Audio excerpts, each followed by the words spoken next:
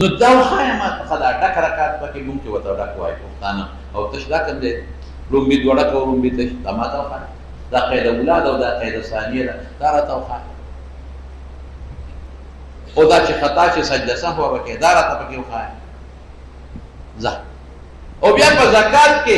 ټول قرآن شریف کې چې کوم ما ولټوه زه ما ته پکې ابن لبون وښایه او بنت لبون پکې وښایه او بنت مخاص پکې راته وښایه زه شاپ ټول قرآن شریف ولټوه هغې کې خدای چې صدقات دي صدقه ورکوه که نه فقیرانو له ورکوه بل له ورکوه بل له ورکوه او مال به جمع کوه ورکوه صدقه لیکن دا تفصیلي نصاب د زکات وغیره دا ما ته وښایه الحاصل مولانا صاحب دا د منځ د اقیم الصلات دا پوره چل او دا طریقې مونږ ته چا ښوولې دي رسول الله صلی الله علیه وسلم او که بلې معنی له لاړ شي لږ صبر لږه نو اقیم ونه دا وي او د صلات خپله معنا خو تحریک الصلوین دی صلوین دا شاته د لنډې د کوناټو هډوکو ته وایي نو اقیم الصلات دا معنا نو کو چې صلوینو له حرکت ورکا او دایمي حرکت ورکا نو ناچ او ګډا ته ثابته شو نو العیاذ بالله خدای پاک په قرآن شریف کې د ګډاګانو او د رقص او د څه ورته وي اچلنا او څه ورته وي لکه کودنا او اچلنا او رقص کرنا د دې حکم الله ورکوي خو کفر شو نو الحاصل دا ټول کتاب الصلات راواله د بخاري د ترمذي د مسلم د سننو دا د اقیم الصلات تشریح ده ټول کتاب الزکات د آتو الزکات تشریح ده ټول کتاب الصوم دا د چا تشریح ده د اتم الصيام الى الليل تشریح ده او ټول د حج څومره دي حج بدل او فلان دا د لله علی الناس حج البيت تفصیل دی دا چا کړی دی موږ رسول الله صلی الله علیه وسلم قد انزل الله تبارك وتعالى في كتابه شرائع متعدده ذکر صلات او زکات او صوم او حج او د دین علاوه وما اوضح ندی واضح کړی وجوه د عمل طرق د عمل پدې ها پدې شرائع ولا او تفاصيل دادا بس فسرها النبي صلى الله عليه وسلم فبا بين تفاصيل دادا د صلات او تعداد رکعات او صلات او تعین اوقات او صلات نو هر حدیث چې وارد دی په بیان د صلات کې دا بیان او تفسیر دې قول کې قیم الصلات نو فلو لم تكن دا احادیث حجت نشي نو ما معنی قوله تعالی اقیموا الصلاة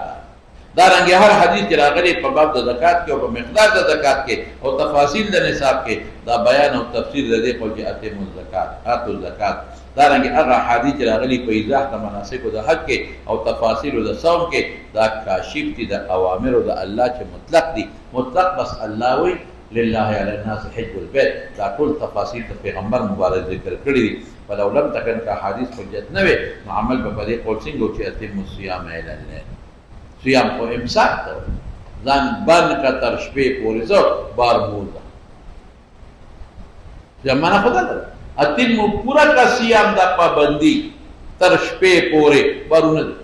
خدای سره خبرې ونه کې دا معنی بچو سره خبرې مکوا دا معنی دا چې دا خوراک او سکاک او دی له به ګوتې نوړې او بیا په دې ماتېږي او دې سره مکروه کېږي دا کوم ځای شته په قرآن شریف کې ولله علی الناس حج البيت من استطاع کما ان لکه قصه د عدي بن حاتم تایي مشهوره ده هغه څنګه ده نازل شو دا آیت چې وکلوا واشربوا حتى يتبين لكم الخيط الابيض من الخيط الاسود من الفجر چې سپین او تور مزې جدا شي هغې پورې خوراک سټارټ کوه نو ده د بالښت لاندې یو تور مزې ایښی او یو سپین هغې ته به کتل کې تاسو به تفریقه نه وه راغلې خوراک به یې کوه نو رسول الله مبارک ته جاهل وي نو دی یې راوغوښته وایي ته دا څه کوې وایي صاحب قرآن ویلي دي خیط اسود او ابیض وایي د دا خیط اسود او ابیض نه دی مراد هغه سبا والا مراد دي ابیض دا فجر صادق دی او اسود شپه ده لیل او نهار ورپسې شه حیث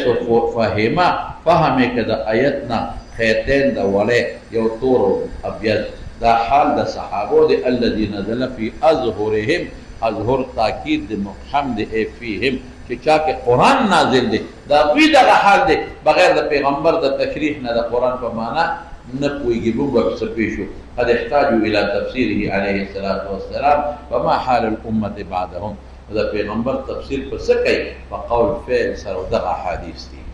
اوس الاجوبه عن بعض الشبهه د دوی چې واهي دي د دوی لومبه شبهه څه ده ویرا تاسو وایئ چې د قرآن تفسیر ته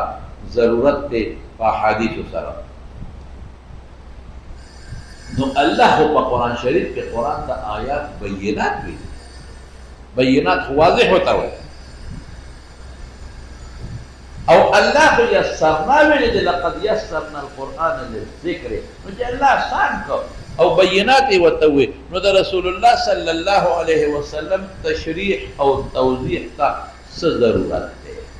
دا یو سوال دی جواب درتا کو لا حاجت الى تفسیر القرآن بالاحادیث لانه ذکر قرآن مبین دی